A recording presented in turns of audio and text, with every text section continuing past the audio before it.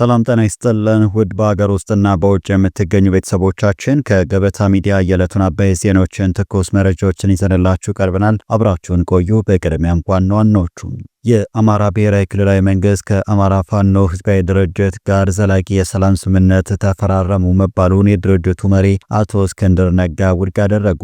እስክንድር ነጋ ለዶቼ ቬለ እንደተናገሩ ድርጅታቸው ከመንግስት ጋር አልተደራደረም፣ የመደራደር ፍላጎትም የለውም። በዝርዝር እንመለከተዋለን። የጀኔራል ዳጋሎ ተዋጊዎች በአሶሳ ጦር ሰፈር መስርተዋል ሲል አልጀዚራ ዘገበ። አልጀዚራ ቴሌቪዥን በአረብኛ ቋንቋ ባሰራጨው መረጃ የሱዳን ተፋላሚ የሆነውና ሌተናል ጀነራል መሐመድ ሐምዳን ዳጋሎ የሚመራው ፈጥኖ ደራሽ ኃይል በኢትዮጵያ ውስጥ የጦር ሰፈር መመስረቱን አመልክቷል። ጉዳዩን ይሰነዋል። የኢትዮጵያ ብሔራዊ ምርጫ ቦርድ የሰባተኛው ሀገራዊ ጠቅላላ ምርጫ ድምጽ መስጫ ቀን ግንቦት 24 ቀን 2018 መሆኑን አስታወቀ። ከዚሁ ጋር በተያያዘ የጌታቸው ረዳ ፓርቲ የሆነው ስምረት እውቅና ሰጥቶታል። ምርጫው ብዙ ተስፋና ስጋትም ደቅኗል። ታደምጡታላችሁ።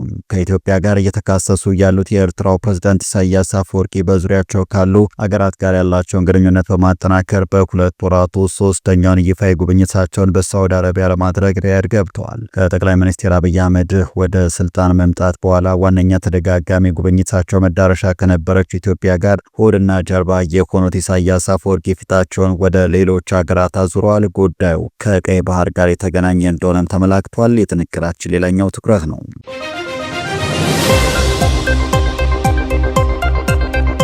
ወደ ዝርዝሮቹ አለፍን። ቻናሉን ሰብስክራይብ፣ ቪዲዮን ላይክ በማድረግ እስከ ፍጻሜ አብራችሁ እንድትቆዩ በአክብሮት እንጠይቃለን። የአማራ ብሔራዊ ክልላዊ መንግስት ከአማራ ፋኖ ህዝባዊ ድርጅት ጋር ዘላቂ የሰላም ስምምነት ተፈራረሙ መባሉን የድርጅቱ መሪ አቶ እስክንድር ነጋ ውድቅ አደረጉ። አቶ እስክንድር ነጋ ለዶቼ ቬለ እንደተናገሩ ድርጅታቸው ከመንግስት ጋር አልተደራደረም፣ የመደራደር ፍላጎትም የለውም ብለዋል። የአማራ ክልል ርዕሰ መስተዳድር አረጋ ከበደ የአማራ ፋኖ ህዝባዊ ድርጅትን ወክለው ከቀረቡት ካፕቴን ማስረሻ ሰጤ ጋር ባለፈው ሳምንት ነበረ በይፋዊ ስነ ስርዓት አዲስ አበባ ውስጥ መፈራረማቸው የተነገረው። ነገር ግን ድርጅቱ የተደረገው ስምምነት ከግለሰብ ጋር እንጂ ድርጅቱን የሚወክል አይደለም ሲል ማስተባበያ ሰጥቶ ነበረ። የድርጅቱ መሪ አቶ እስክንድር ነጋ ለዶቼ ቬለ በሰጡት ቃለ ምልልስ ስምምነቱ ከድርጅቱ እውቅና ውጭ የተደረገ መሆኑንም ገልጸዋል። ድርጅቱ አሁን ባለው ተጨባጭ ሁኔታ ከመንግስት ጋር የመደራደር ፍላጎት የለውም ያሉት አቶ እስክንድር ያላቸው አማራጭ እሳቸው ራስን መከላከል ያሉትን የትጥቅ ትግልን ማስቀጠል ብቻ እንደሆነ ነው ያመላከቱት። አቶ እስክንድር ችግሮቹን በድርድር ለመፍታት ያላስቻለን መንግስት በተከተለው የአንድ ወገን ፍላጎት ወይም በአንድ እጅ ማስጨብጨብ ምክንያት ነው ብለዋል። ከመንግስት ወገን የሚሰማው የድርድር ዜና ቢሆን ከዓለም አቀፉ ማህበረሰብ የሚወጣ ግፊትና ጫና ውጤት ነው ባይም ናቸው። ኢትዮጵያ ውስጥ የተደረገው ስምምነት ከድርጅቱ በወጡ የአመራር አባል በኩል መፈጸሙ ምናልባትም በአፋሃድ ውስጥ መከፋፈል ተከስቶ ይሆን የሚል ጥያቄ ቀረበላቸው። አቶ እስክንድር በድርጅቱ ውስጥ የተፈጠረው መከፋፈል የለም ሲሉ ምላሽ ሰጥተዋል። በስምምነቱ ፊርማቸውን ያኖሩት ካፕቴን ማስረሻ ጥቂት ታጣቂዎችን ብቻ ይዘው ነው ከመንግስት ጋር እየተስማሙት የሚሉት አቶ እስክንድር ከስምምነቱ በኋላ የሚታዩ ታጣቂዎች በሰላም መመለስ የስምምነቱ አካል ሳይሆን በፊትም የነበረ ሁነት ነው ሲሉም ተናግረዋል። ከአማራ ክልል ውጭ ካሉ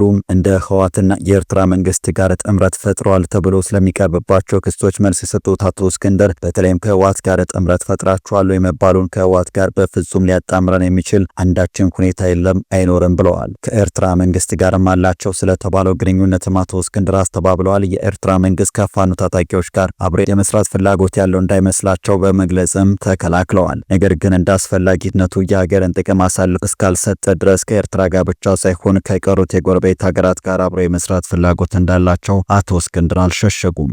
የጀኔራል ዳጋሎ ተዋጊዎች በአሶሳ ጦር ሰፈር መስርተዋል ሲል አልጀዚራ ዘገበም። አልጀዚራ ቴሌቪዥን በአረብኛ ቋንቋ ባሰራጨው መረጃ የሱዳን ተፋላሚ የሆነውና በሌተናል ጀነራል መሐመድ ሐምዳን ዳጋሎ የሚመራው ፈጥኖ ደራሽ ኃይል በኢትዮጵያ ውስጥ የጦር ሰፈር መመስረቱን አስታውቋል። ዘገባው በምንጭነት የጠቀሰው የጀነራል አልቡርሃን መንግስት አንድ ስማቸው እንዲጠቀስ ያልፈልጉ ባለስልጣንን ነው። እኚህ ባለስልጣን እንዳሉት ፈጥኖ ደራሽ ኃይሎም በኢትዮጵያ ውስጥ በቤንሻንጉል ጉሙዝ ክልል አሶሳ አቅራቢያ የማሰልጠኛ ማዕከል ገንብቷል። እንዲሁም ወታደራዊ ተሽከርካሪዎች፣ የተለያዩ ጥይቶችና የጸረ ድሮን መሳሪያዎች በአሶሳ በኩል ለፈጥኖ ደራሽ ኃይሉ የገቡ መሆናቸውን የገለጹት እኚህ ባለስልጣን ጨምሮም የኢትዮጵያ መከላከያ ኃይል ከፈጥኖ ደራሽ ኃይሉ ወታደራዊ ክንፍ ጋር የመረጃ ልውውጥ ጥምረት ፈጥረዋል በማለትም አስረድቷል። ባለስልጣኑ ንግግራቸውን በመቀጠል በአሶሳ አካባቢ ለፈጥኖ ደራሽ ኃይሉ የተሰጠው ማሰልጠኛ 2 መሆኑንና እነዚህም እስከ 10 ሺህ ወታደሮችን የማስተናገድ አቅም ያላቸው መሆናቸውን አስረድተው ጉዳዩን በበላይነት እየተከታተሉ ያሉት ጀነራል ጌታቸው ጉዲና መሆናቸውን ለአልጀዚራ ገልጸዋል።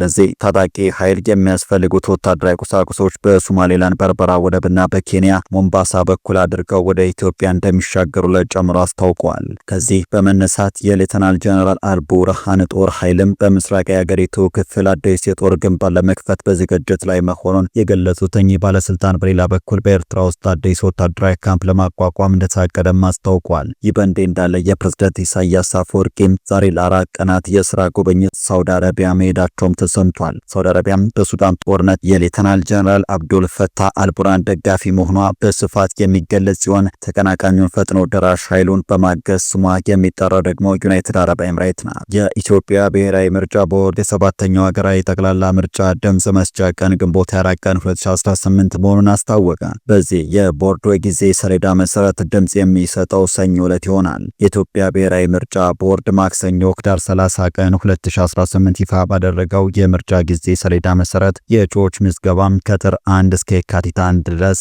እንደሚካሄድም አስታውቋል። ለ7ኛው ጠቅላላ ምርጫ የሚካሄደው የይምረጡኝ ቅስቀሳ ዘመቻ ከጥር 1 እስከ ግንቦት 19 ድረስ እንደሚሆን የወጣው ጊዜ ሰሌዳ ያስረዳል። ቦርዱ የመራጮች ምዝገባን በተመለከተ በቴክኖሎጂ ራስን በራስ መመዝገብ ከጥር 15 እስከ መጋቢት 7 2018 የሚካሄድ ሲሆን የመራጮች ምዝገባ ደግሞ ከየካቲት 7 እስከ መጋቢት 7 ለ1 ወር እንደሚካሄድ አስታውቋል። የቴክኖሎጂ ምዝገባው በስልክ በድረገጽ እና በምዝገባ ጣቢያዎች በታብሌት አማካኝነት የሚደረግ ምዝገባ መሆኑን የቦርዱ ሰብሳቢ ወይዘሮ ሜላት ወርቅ ኃይሉ ተናግረዋል። ምርጫ ከሚደረግበት ቀደም ብለው ያሉት 4 ቀናት ከግንቦት 20 እስከ ግንቦት 23 ቀን 2018 ቅስቀሳ ማድረግ የማይቻልባቸው የጥሞና ጊዜያት መሆናቸው በጊዜ ሰሌዳው ላይ ተገልጿል። የምርጫ ውጤት በምርጫ ጣቢያ ደረጃ ይፋ የሚሆነው ግንቦት 24 እና 25 2018 ሲሆን በክልል ደረጃ ጊዜ የምርጫ ውጤት ይፋ የሚሆነው ከግንቦት 25 እስከ ግንቦት 29 2018 ባለው ውስጥ ነው።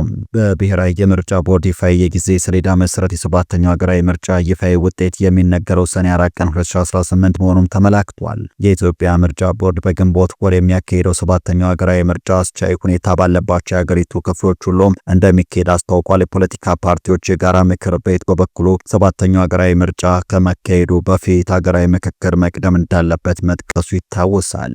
አንዳንድ የፖለቲካ ፓርቲዎች በሀገሪቱ የተለያዩ አካባቢዎች ያሉ የሰላምና የጸጥታ ጉዳዮችን በማንሳት በአሁኑ ወቅት በሀገሪቱ ምርጫ ለማካሄድ አመቺ ሁኔታ ለመኖሩን ይናገራሉ። ጠቅላይ ሚኒስትር አብይ አህመድ በዚህ ዓመት መጀመሪያ ላይ በሕዝብ ተወካዮች ምክር ቤት ተገኝተው ከዚህ ቀደም የተደረገው ምርጫ ጦርነት በነበረበት ጊዜ መካሄዱን በማንሳት ምርጫው እንደሚካሄድም አረጋግጠዋል። በሀገሪቱ ባለው የሰላም ሁኔታ ላይ የተነሳ ስጋታቸውን የገለጹ የፖለቲካ ፓርቲዎች ግን በአማራ በኦሮሚያና በትግራይ ክልሎች ግጭቶች ባሉባቸው ሁኔታ ምርጫ ለማካሄድ የጊዜ ሰሌዳ መውጣቱ ላይ ቅሬታቸውን ገልጸዋል።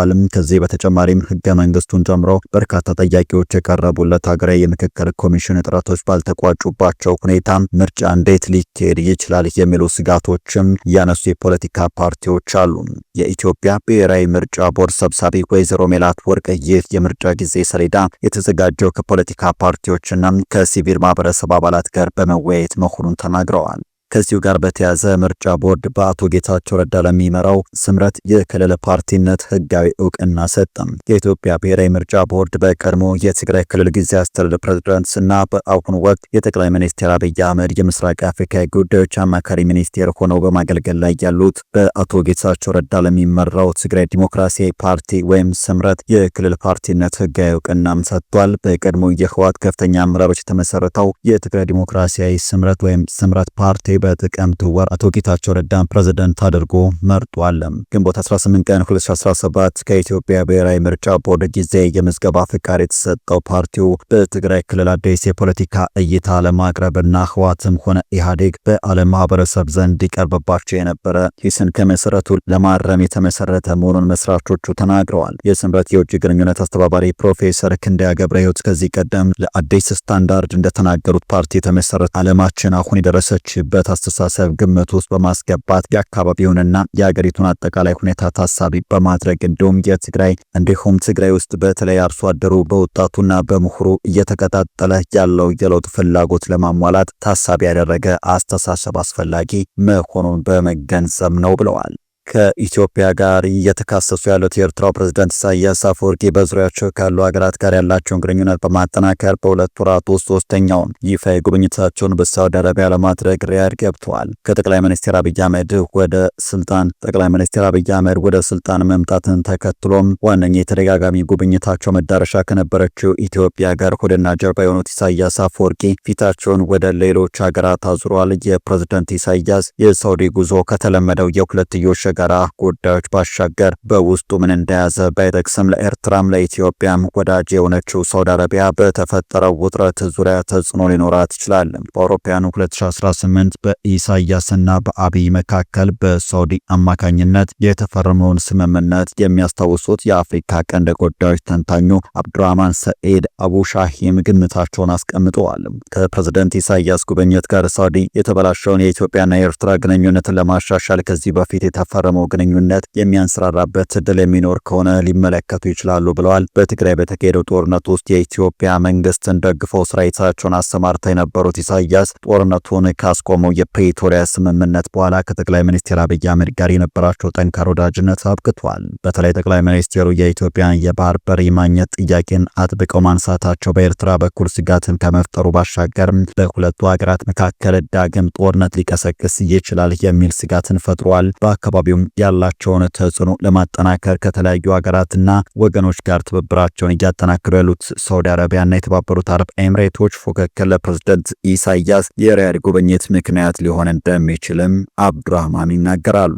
ፕሬዝዳንት ኢሳያስ ባለፉት ጥቂት ወራት ከየመን ውጭ ባሉት ዋነኛ የቀይ ባህር ተጎራባች ሀገራት ያደረጓቸውንና እያደረጉት ያለውን ጉብኝት የኢትዮጵያ የባህር በር ፍላጎት የጠናከረ መምጣቱ ምክንያት ነው የሚሉት የአፍሪካ ቀንድ ተንታኙ ይህ ሁኔታ ለቀጠናው አስኪ ሁኔታን በመፍጠሩም ለመነጋገርም ሊሆን ይችላል ሲሉ ይገምታሉ። በኤርትራና በኢትዮጵያ መካከል ያለው ውጥረት ከዛሬ ነገ ሊፈነዳ ይችላል የሚል የጦርነት ስጋት ተፈጥሯል። በተለይም በሁለቱ ሀገራት መካከል ያለው ፍጥጫ በዚህ ዓመት እየጠነከረ መጥቷል። እምብዛም ለተደጋጋሚ ጉብኝት ከኤርትራ የመውጣት ልምድ የሌላቸው ፕሬዝዳንት ኢሳያስ አፈወርቂ ባለፉት ሁለት ወራት ውስጥ ግን 3 ጉብኝቶችን በቀይ ባህር ዙሪያ ባሉ ሀገራት ውስጥ አድርገዋል። እነዚህም ሀገራት ግብጽ፣ ሱዳንና ሳውዲ አረቢያ ሲሆኑ ሁሉም እንደ ኤርትራ ሁሉ በቀጥታም ሆነ በተዘዋዋሪ ኢትዮጵያ በቀይ ባህር በኩል ድርሻ እንዳይኖራት የሚፈልጉ ናቸው። እንዲሁም ሀገራቱ ተመሳሳይ አቋም የሚያንጸባርቀው የቀይ ባህር ትብብር መድረክ አባላትም ናቸው። በሀገሪቱ የማስታወቂያ ሚኒስቴር በኩል በማህበራዊ ሚዲያዎች ላይ የሚተላለፉት መልእክቶች እንደሚያመላክቱት ሁሉም የፕሬዝዳንት ኢሳያስ ጉብኝቶች በተቀባይ ሀገራት መሪዎች ግብዣ እንደሆነም ተነግሯል። በጎብኚዎቹም ከሀገራቱ መሪዎች ከፍተኛ ባለስልጣናት ጋር ውይይቶች መደረጋቸው በጥቅል ከመግለጹ ወደ ዝርዝር ሁኔታዎች አይገለጹም። ውድ የቻናላችን ቤተሰቦች ለዛሬ ያሰናዳናቸው መረጃዎቻችን የተከታተላችሁትን ይመስል ነበረ።